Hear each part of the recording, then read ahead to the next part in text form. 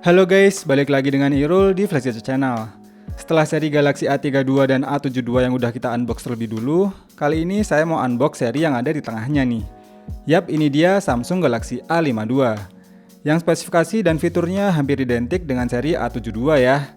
Selain sama-sama pakai chipset Snapdragon 720G dan layar 90Hz, apa aja nih bedanya dan lebih mending yang mana nih dari kedua seri tersebut?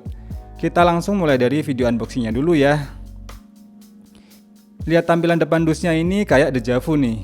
Terdapat nama seri di bagian atas dan tulisan Samsung di bagian bawahnya. Lalu di sebelah kanan polos, dan di sebelah kiri terdapat nama serinya lagi yaitu Galaxy A52. Di bagian bawah terdapat kode IMEI dan serial number, serta varian warna Awesome Black dan varian memori RAM dan ROM sebesar 8/128GB. Lalu di bagian atas dan belakangnya polos juga nih.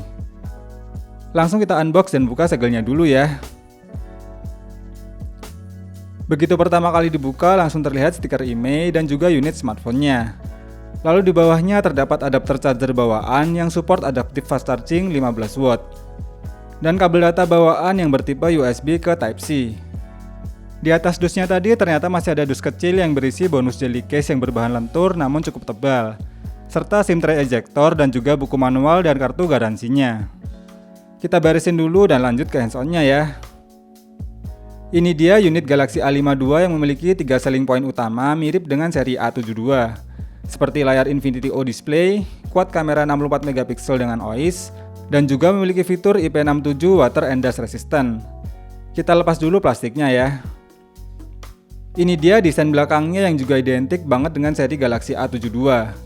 Meski terlihat premium, namun entah kenapa di bagian belakangnya ini terasa sedikit kopong, yang membuat build quality-nya jadi kurang begitu solid dan kokoh.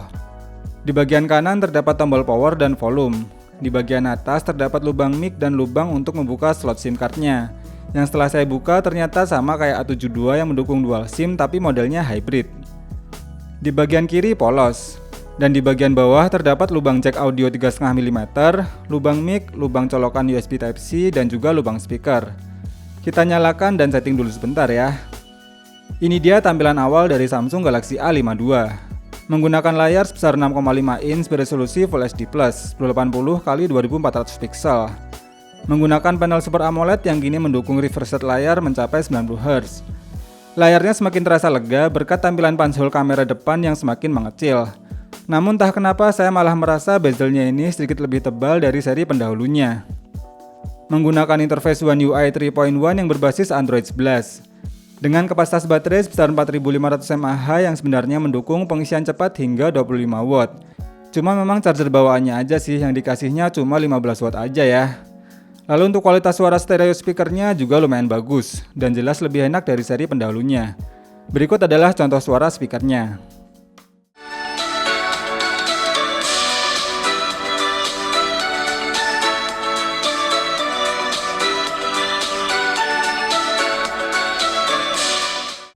Kalau untuk kecepatan respon on-screen fingerprint-nya juga terasa cukup cepat dan tetap akurat. Lanjut kita bahas ke bagian performanya ya. Samsung Galaxy A52 ini tenagai chipset dari Qualcomm Snapdragon 720G yang berfabrikasi 8nm. Dipadukan dengan RAM 8GB LPDDR4X dan internal storage 128GB. Skor AnTuTu versi 8 mencapai 292 ribuan.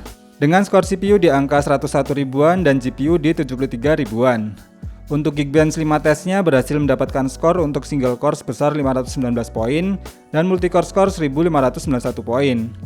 Skornya terlihat sedikit lebih tinggi nih, mungkin karena ukuran layarnya juga sedikit lebih kecil dibanding seri A72. Langsung kita coba aja deh buat mainin 2 game SD yang populer saat ini.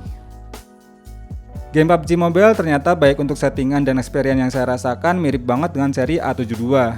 Settingan maksimal di SD High dan bisa balance ultra juga.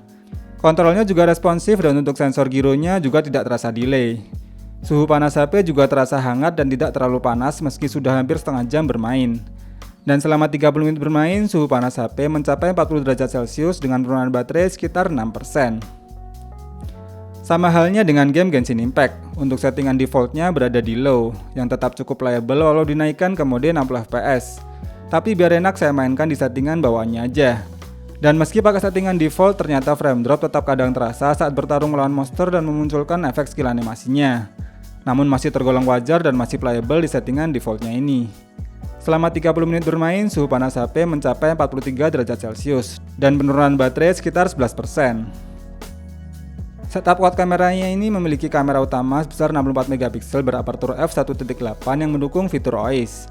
Yang didukung lensa ultrawide 12 megapiksel berapertur f2.2, lensa makro 5 megapiksel, dan lensa bokeh 5 megapiksel yang sama-sama berapertur f2.4. Untuk kamera selfie-nya bersensor sebesar 32 megapiksel berapertur f2.2. Hasil jepretan fotonya sendiri di kondisi cahaya yang cukup jelas memberikan kualitas yang baik dengan dynamic range yang cukup luas. Namun akan sedikit kurang detail jika dirubah ke mode ultrawide-nya. Pada kondisi minim cahaya atau malam hari, hasil fotonya tergolong bagus dan akan makin optimal jika mengaktifkan mode malamnya. Kualitas rekaman video dan kamera utama juga terasa cukup smooth pada resolusi Full HD 30 fps. Kalau untuk review kamera tes yang lebih detail nanti akan dibuatkan Doni di channel Flash Focus ya. Dan berikut adalah beberapa hasil foto dan video dari Samsung Galaxy A52 ini.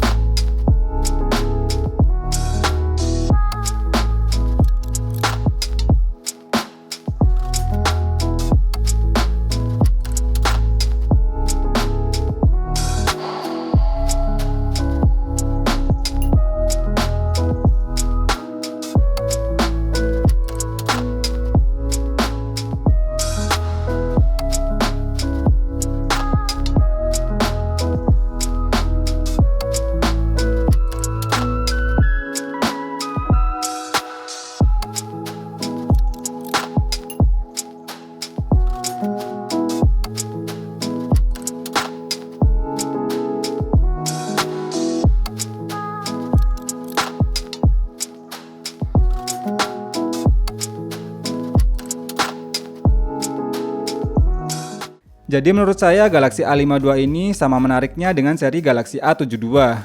Perbedaan sedikit hanya di bagian layar, baterai, dan kamera pendukungnya lah yang akan jadi pertimbangan utama untuk memilih HP ini. Kalau tidak begitu butuh untuk fitur lensa tele-nya, jelas Galaxy A52 ini sudah cukup untuk kebutuhan masa kini. Cuma ya itu aja sih minusnya di back casing bagian belakangnya ini yang terasa sedikit kopong. Makanya dikasih bonus jelly case biar nggak terlalu terasa ya. Oh iya, nanti kita akan buatkan juga video reviewnya yang lebih lengkap setelah kita pakai beberapa hari. Dan untuk video gaming test yang lebih detail nanti akan saya buatkan juga di channel Flash Mobile Game ya. Terima kasih yang udah nonton video ini sampai habis, semoga video ini bermanfaat dan sampai ketemu lagi di video berikutnya.